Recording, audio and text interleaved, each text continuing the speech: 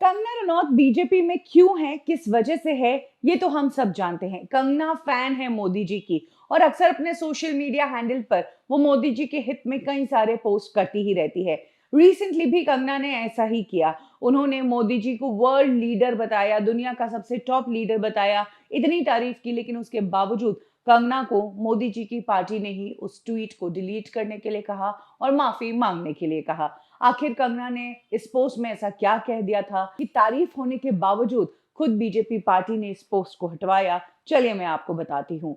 Recently Donald Trump ने India को लेकर कई सारी बातें कही, जिसमें से एक ये भी थी कि उन्होंने एप्पल के सीईओ को कहा है कि इंडिया में इन्वेस्टमेंट नहीं करे, मैन्युफैक्चरिंग नहीं करे।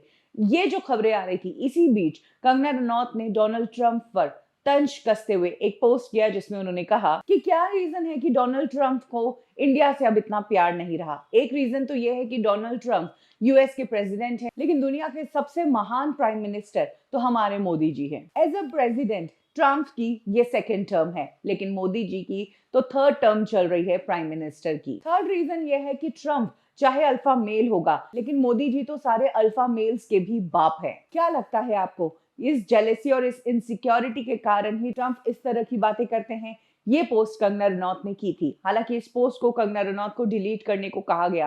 कंगना की पार्टी के लीडर ने ही उनसे इस पोस्ट को डिलीट करने को कहा। जेपी नड्डा ने उस पोस्ट को डिलीट करने को कहा जिसमें मैंने डोनाल्ड ट्रंप और टिम कुक के बारे में बात की थी। मुझे खेद है कि मैंने अपने पर्सनल ओपिनियन को पार्टी पर थोप कर ये बात कही और इसी वजह से मैं इस पोस्ट को डिलीट कर रही हूँ। तो कंगना के साथ ये पहली बार नहीं हुआ है जब उन्हीं की पार्टी ने उनके पोस्ट डिलीट करवाए हो। इससे पहले भी कंगना ने कुछ ऐसी टिप्पणियां की थी जो बीजेपी की सोच के खिलाफ थी और उन्हें वो पोस्ट हटानी पड़ी थी।